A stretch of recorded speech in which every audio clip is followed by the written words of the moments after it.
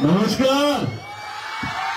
২০২৪ সালের ভারতের লোকসভা নির্বাচনের ফলাফল এসেছে। প্রতিবারের মতো এবারের নির্বাচনের লড়াইয়েও যুক্ত হয়েছেন এক ঝাঁক তারকা। তাদের মধ্যে কেউ বিজয়ী হয়েছেন বিপুল ভোটে, আবার কেউ বা হার মেনেছেন। এক নজরে দেখে নেওয়া যাক কোন কোন তারকা জয়ী হয়েছেন আর কারাই বা নির্বাচনী ময়দানে পরাজিত হয়েছেন।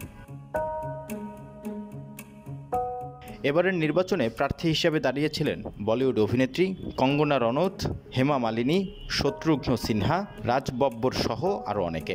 এই প্রথম নির্বাচনী ময়দানে নেমেছিলেন কঙ্গনা, তাই অনেকের চোখ ছিল তার দিকে। রাজনীতিবিদ হিসেবে কঙ্গনা তার শুরুটা বেশ ভালোই করেছেন। হিমাচল প্রদেশের মান্ডি লোকসভা কেন্দ্রে ভারতীয় জনতা দলের প্রার্থী হয়ে দাঁড়িয়েছিলেন তিনি। তার বিপরীতে ছিলেন কংগ্রেস নেতা বিক্রমাদিত্য সিংহ। ৭৪,৭৫৫ ভোটের ব্যবধানে জয়ী হয়েছেন এই অভিনেত্রী। চলচ্চিত্র জগতের তারকাদের মধ্যে সবচেয়ে বাজিমাত করেছেন অভিনেত্রী হেমা মালিনী।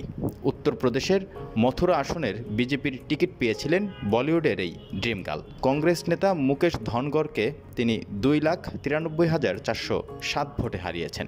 এবারও পশ্চিমবঙ্গের ঘাটাল লোকসভা কেন্দ্রে তৃণমূলের প্রার্থী ছিলেন তারকা অভিনেতা ও প্রযোজক দেব। তিনি ১,৮০,৮৬৮ ভোটের ব্যবধানে জয়ী হয়েছেন।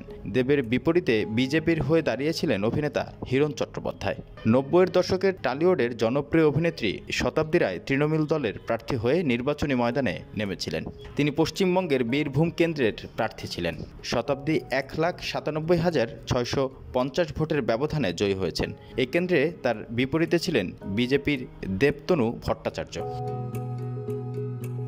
দিদি নাম্বার ওয়ান সঞ্চালক ও অভিনেত্রী রচনা বন্দ্যোপাধ্যায় আর এক অভিনেত্রী লকেট চট্টোপাধ্যায়কে ৭৬,৭৫৩ ভোটে পরাজিত করেছেন।